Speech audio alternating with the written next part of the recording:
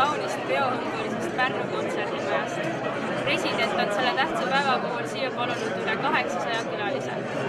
Mõnega neist teeme juttu ka meie. Kui kaua te tänaseks õhtuks valmistasite? Et kui kaua valisite kleiti? Seda ma teen kiiresti, nii nagu kõik sportlased, et ma tulin just nädal aega tagasi olümpialt ja siis kleiti ei olnud veel ja minu tubli sõbranna Riina Kivilo, kes teeb mul alati kõik kleidid, temal võttis initsiatiivi enda kättesse ja lihtsalt tegi mulle kleiti.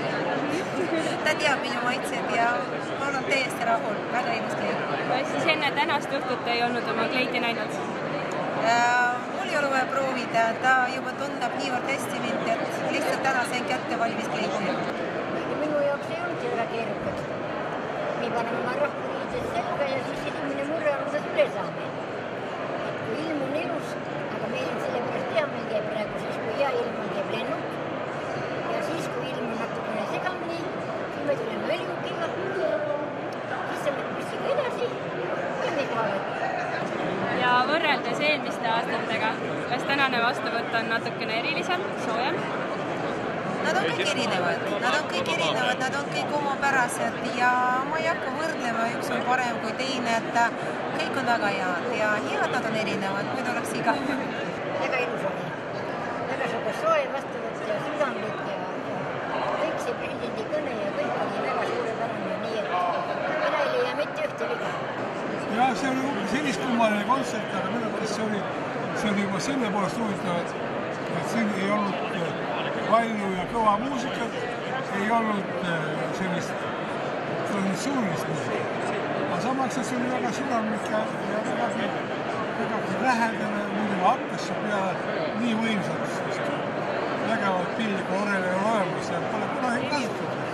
Ja minu arvates see maja nii oma akustiliselt ja ka teatripoolselt olemuselt oli väga sama. Ja minu arvates väga tore, et see siin sellisega toimus. Ma jäin väga rahul. Eriti oli rahul. Presidendi kõnest jäi kõige rohkem meelde see, et kõne algus, et vabadus ei ole see, mis on ja jääb.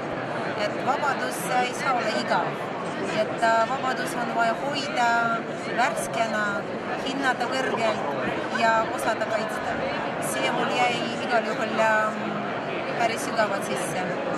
No kõik need kriitilised märkused, mida oli seekord päris alla kõrgstatud, see, et ilma ei saa mitte midagi. Ei saa vanadust, ei saa pensioni, ei saa midagi.